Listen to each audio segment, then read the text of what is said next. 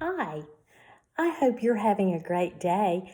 I'm having a great day because I get to share with you a book that I used to read to my children when they were little. They're all grown up now, but they enjoyed watching mothers struggle over the name of the little boy in this story.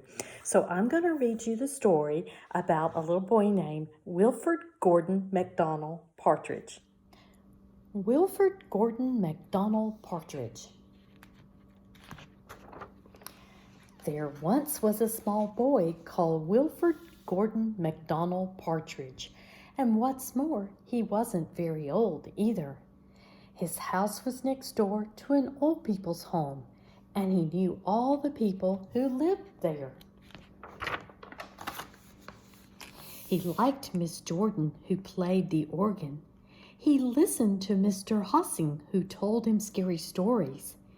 He played with Mr. Tippet, who was crazy about cricket. He ran errands for Miss Mitchell, who walked with a wooden stick. He admired Mr. Drysdale, who had a voice like a giant. But his favorite person of all was Miss Nancy Allison Delacourt Cooper, because she had 4 names just as he did. He called her Miss Nancy and told her all his secrets.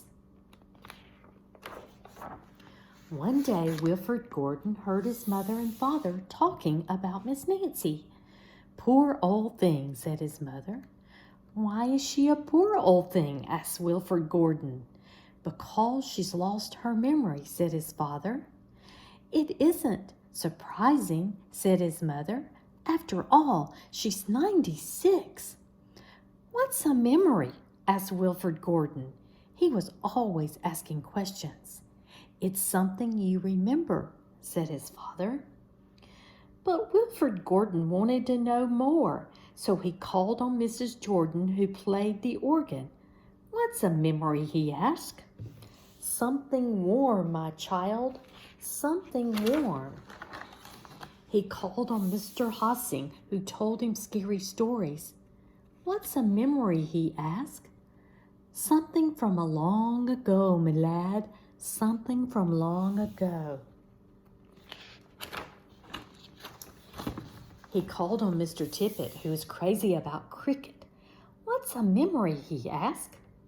"Something that makes you cry, my boy, something that makes you cry." He called on Mrs. Mitchell, who walked with a wooden stick.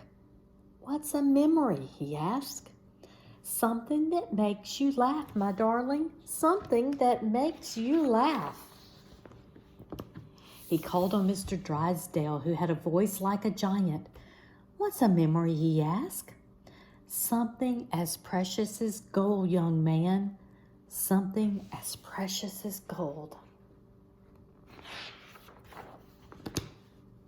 So Wilfred Gordon went home again to look for memories for Miss Nancy, because she'd lost her own.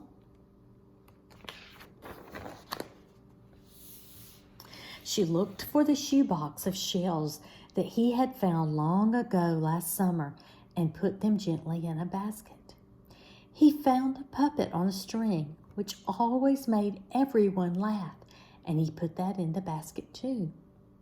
He remembered with sadness the medal which his grandfather had given him, and he placed it gently next to the shells. Next, he found his football, which was as precious as gold. And last of all, on his way to Miss Nancy's, he went into the hen house and took a fresh, warm egg from under a hen. Then Wilfred Gordon called on Miss Nancy, and he gave her each thing one by one.